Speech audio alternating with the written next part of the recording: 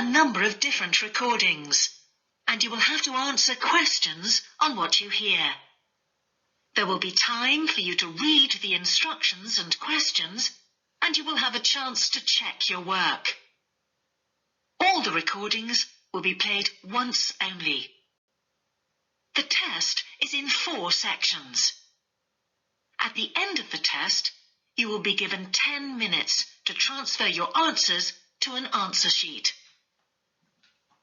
Now turn to Section 1. Section 1.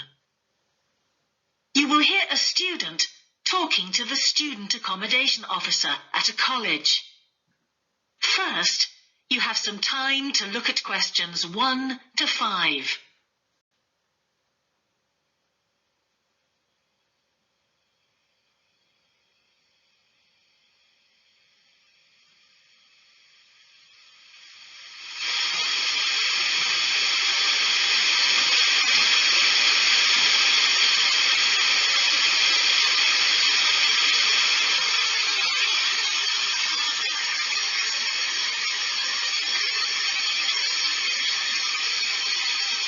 You will see that there is an example that has been done for you. On this occasion only, the conversation relating to this will be played first. Good morning. Can I help you? Yes, I've just been accepted on a course at the university, and I'd like to try and arrange accommodation in the hall of residence. Yes, certainly. Please sit down.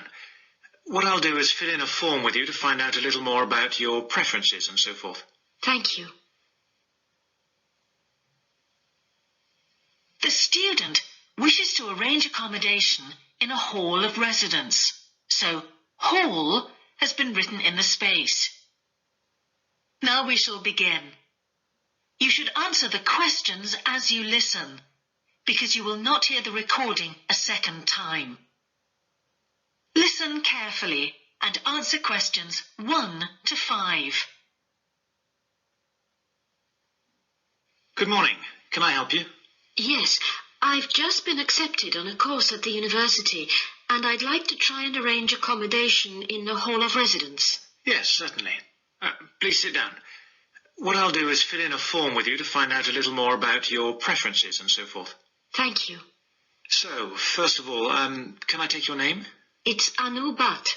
Could you spell your name, please? Yes, ANUBHATT. Thanks. And could I ask your date of birth? The 31st of March, 1972. Thank you. And where are you from? India. Oh, right. And what will you be studying? I'm doing a course in nursing. Right, thank you. And how long would you want to stay in hall, do you think? Well, it'll take 3 years, but I'd only like to stay in hall for 2. I'd like to think about living outside for the 3rd year. Fine. And what did you have in mind for catering? Do you want to cook for yourself or have all your meals provided? That's full board. Is there something in between? Yes, you can just have evening meal provided, which is half board. That's what I prefer. Yes, a lot of students opt for that. Now, with that in mind, do you have any special diet, anything we should know about? Yes, I don't take red meat. No red meat. Before you hear the rest of the conversation, you have some time to look at questions 6 to 10.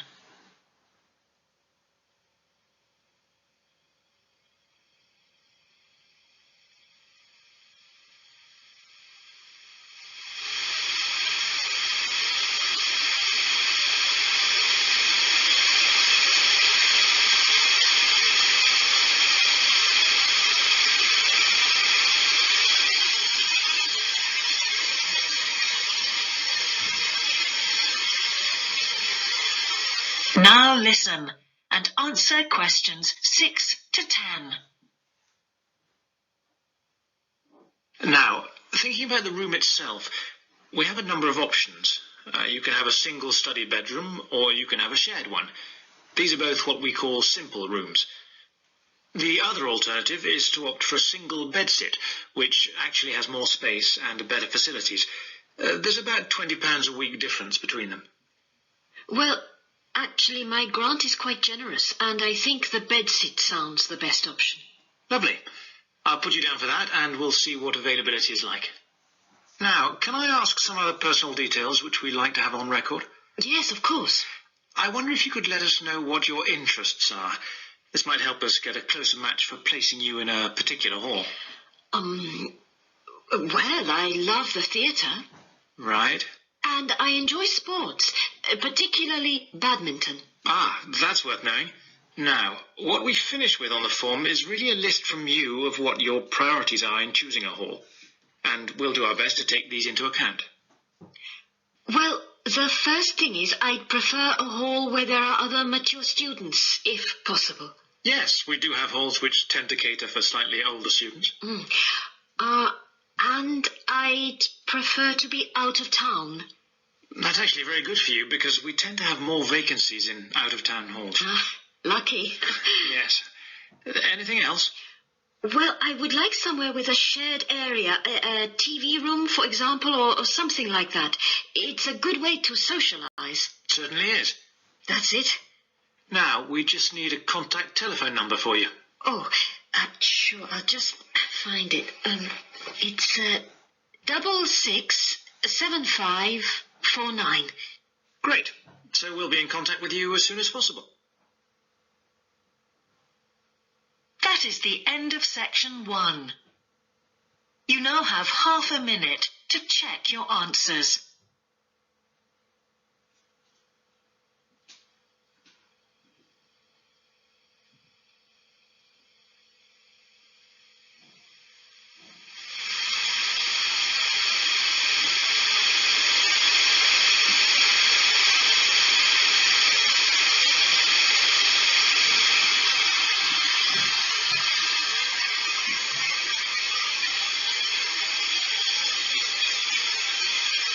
Now turn to section 2.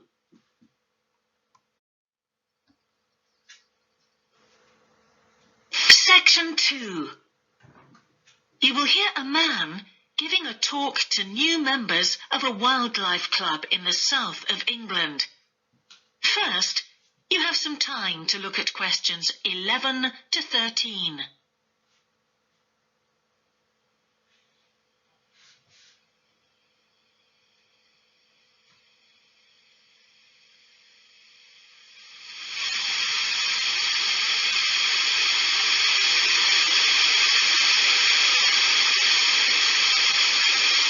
Now listen carefully and answer questions 11 to 13. Hello, I'm delighted to welcome you to our wildlife club and very pleased that you're interested in the countryside and the plants and creatures of this area. I think you'll be surprised at the variety we have here, even though we're not far from London. I'll start by telling you about some of the parks and open spaces nearby. One very pleasant place is Halland Common. This has been public land for hundreds of years, and what you'll find interesting is that the River Ouse, which flows into the sea 80 kilometres away, has its source in the common. There's an information board about the plants and animals you can see here, and, by the way, the common is accessible 24 hours a day. Then there's Holt Island, which is noted for its great range of trees. In the past, willows were grown here commercially for basket making, and this ancient craft has recently been reintroduced.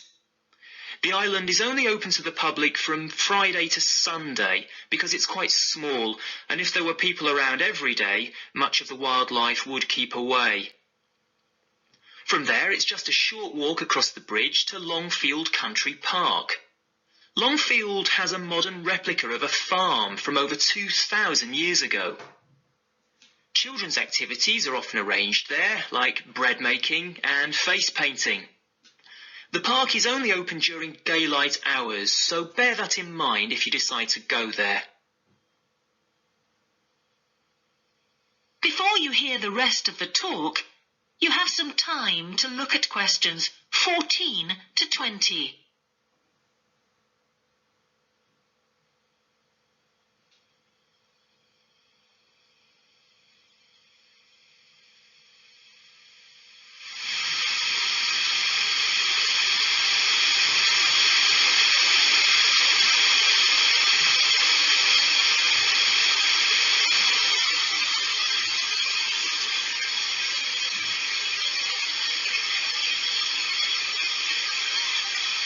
Now listen and answer questions 14 to 20. Longfield Park has a programme of activities throughout the year, and to give you a sample, this is what's happening in the next few days. On Monday, you can learn about herbs and how they've been used over the centuries. You'll start with a tour of our herb garden, practice the technique of using them as colour dyes for cloth, and listen to an illustrated talk about their use in cooking and medicine. Then on Wednesday, you can join local experts to discover the variety of insects and birds that appear in the evening. We keep to a small number of people in the group, so if you want to go, you'll need to phone the park ranger a few days ahead. There's a small charge which you should pay when you turn up. I'm sure you're all keen to help with the practical task of looking after the park, so on Saturday you can join a working party. You'll have a choice of all sorts of activities, from planting hedges to picking up litter, so you'll be able to change from one to another when you feel like it. The rangers will be hard at work all day, but do come and join in, even for just a short while. One thing, though, is to make sure you're wearing something that you don't mind getting dirty or torn. And finally, I'd like to tell you about our new wildlife area, Hinchingbrook Park, which will be opened to the public next month. This slide doesn't really indicate how big it is, but anyway, you can see the 2 gates into the park and the main paths. As you can see, there's a lake in the northwest of the park with a bird hide to the west of it at the end of a path, so it'll be a nice quiet place for watching the birds on the lake. Fairly close to where refreshments are available, there's a dog walking area in the southern part of the park, leading off from the path. And if you just want to sit and relax, you can go to the flower garden. That's the circular area on the map, surrounded by paths. And finally, there's a wooded area in the western section of the park, between 2 paths. OK, that's enough from me, so let's get on and have a look. That is the end of section 2. You now have half a minute to check your answers.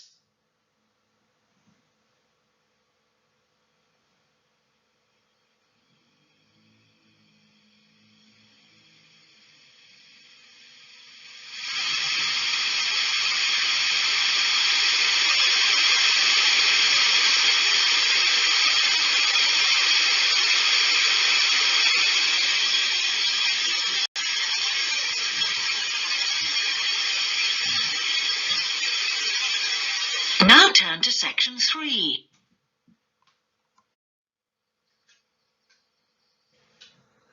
Section 3. You will hear the Director of Studies in an English Language Centre and a student representative talking about their self-access centre. First, you have some time to look at questions 21 to 24.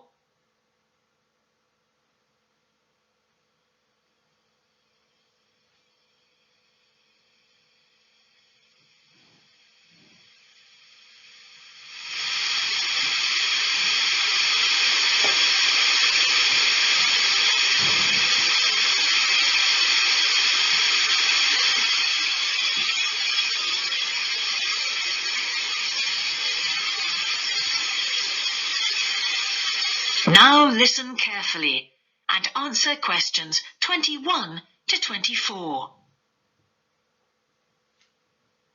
Hi, Ewan. As you know, I've asked you here today to discuss the future of our self-access centre. We have to decide what we want to do about this very important resource for our English language students.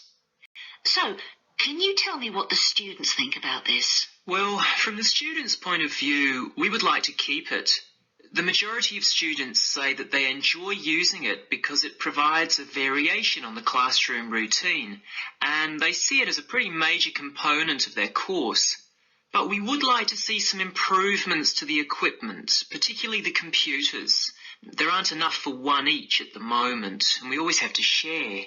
Well, yes, The teachers agree that it is a very valuable resource, but one thing we have noticed is that a lot of the students are using it to check their personal emails. We don't want to stop you students using it, but we think the computer should be used as a learning resource, not for emails. Some of us also think that we could benefit a lot more by relocating the Self-Access Centre to the main university library building. How do you think the students would feel about that, Ewan? Well, the library is big enough to incorporate the Self-Access Centre, but it wouldn't be like a class activity anymore.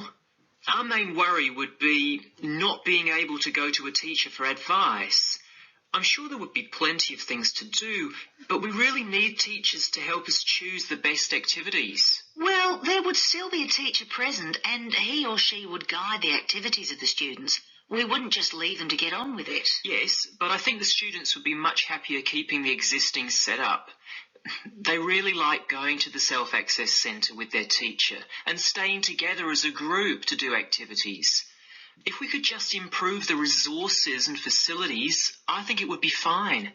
Is the cost going to be a problem? It's not so much the expense that I'm worried about, and we've certainly got room to do it, but it's the problem of timetabling a teacher to be in there outside class hours.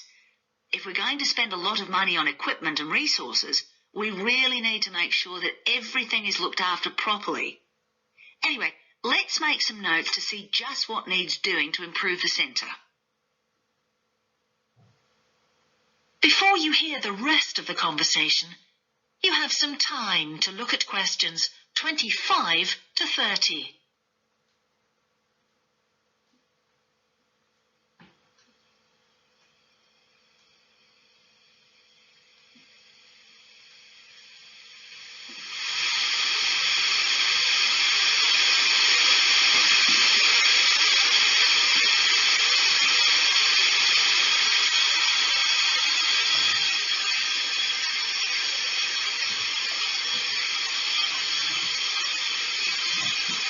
Now listen and answer questions 25 to 30.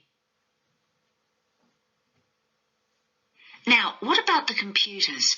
I think it might be a good idea to install some new models. They would take up a lot less room, and so that would increase the workspace for textbooks and so on. That would be great. It is a bit cramped in there at times. What about other resources? Do you have a list of things that the students would like to see improved? Yes, one of the comments that students frequently make is that they find it difficult to find materials that are appropriate for their level, especially reading resources. So I think we need to label them more clearly. Well, that's easy enough. We can get that organised very quickly. In fact, I think we should review all of the study resources, as some of them are looking a bit out of date. Definitely. The CD section especially needs to be more current. I think we should get some of the ones that go with our latest course books and also make multiple copies. Good. Now, I was also thinking about some different materials that we haven't got in there at all. What do you think of the idea of introducing some workbooks? If we break them up into separate pages and laminate them, they'd be a great resource. The students could study the main course book in class and then do follow-up practice in the Self-Access Centre. That sounds good. OK, now finally we need to think about how the room is used. I'll have to talk to the teachers and make sure we can all reach some agreement on a timetable to supervise the centre after class. But we also need to think about security too, especially if we're going to invest in some new equipment. What about putting in an alarm? Good idea. The other thing I'd like to do is talk to our technicians and see whether we could somehow limit the access to email. I really don't want to see that resource misused. What about if we agree to only use it before and after class? Yes, that would be fine. OK, anyway, that's great for now. We'll discuss it further when we've managed to... That is the end of section 3. You now have half a minute to check your answers.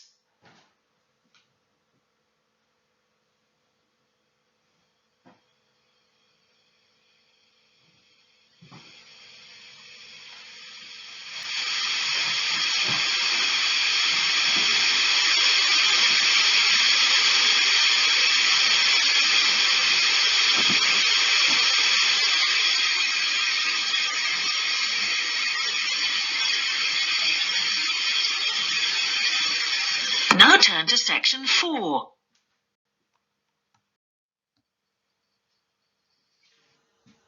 Section 4.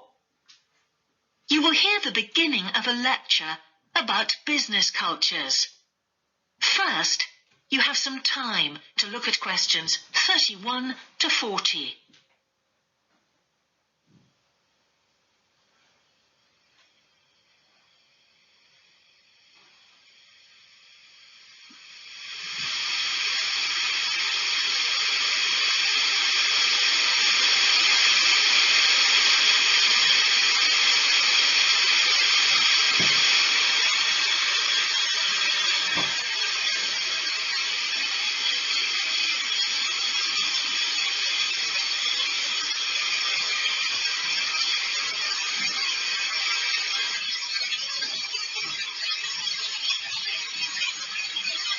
Now listen carefully and answer questions 31 to 40. Good morning, everyone.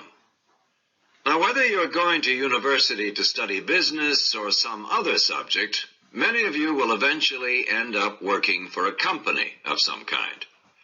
Now, when you first start working somewhere, you will realize that the organization you've joined has certain characteristics. And we often refer to these social characteristics as the culture of the organization. This includes its unwritten ideas, beliefs, values, and things like that. One well-known writer has classified company cultures by identifying 4 major types.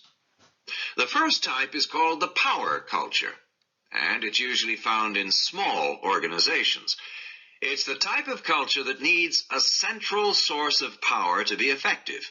And because control is in the hands of just 1 or 2 people, there aren't many rules or procedures. Another characteristic is that communication usually takes the form of conversations rather than, say, formal meetings or written memos. Now, one of the benefits of this culture is that the organization has the ability to act quickly. So it responds well to threat or danger on the one hand, and opportunity on the other. But on the negative side, this type of organization doesn't always act effectively, because it depends too much on 1 or 2 people at the top. And when these people make poor decisions, there's no one else who can influence them. And the kind of person who does well in this type of business culture is one who is happy to take risks, and for whom job security is a low priority. The next type is known as role culture. That's R-O-L-E, not R-O-L-L, by the way. And this type is usually found in large companies, which have lots of different levels in them. These organizations usually have separate departments that specialize in things like finance or sales or maintenance or whatever. Each one is coordinated at the top by a small group of senior managers, and typically everyone's job is controlled by sets of rules and procedures. For example, there are specific job descriptions, rules for discipline, and so on. What are the benefits of this kind of culture? Well, firstly, because it's found in large organizations, its fixed costs, or overheads as they're known, are low in relation to its output or what it produces.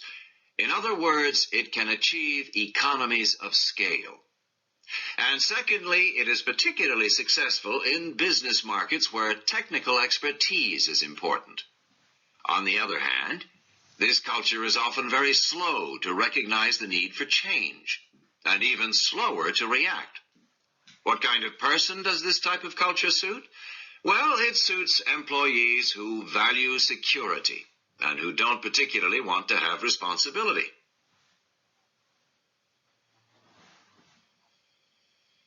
Moving on now to task cultures.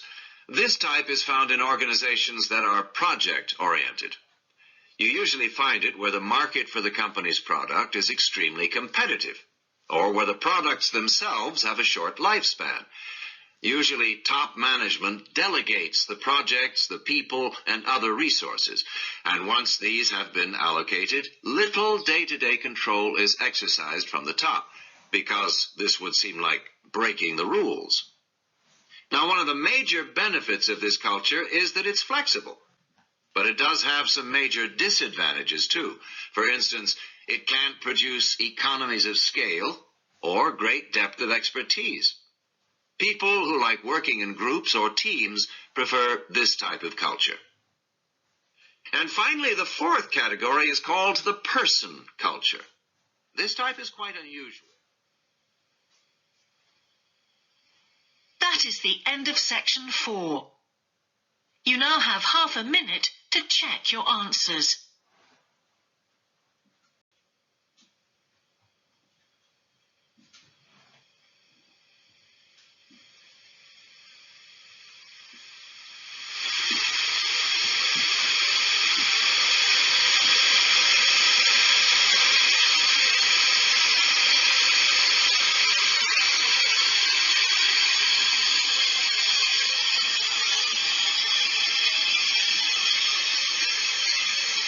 That is the end of the listening test.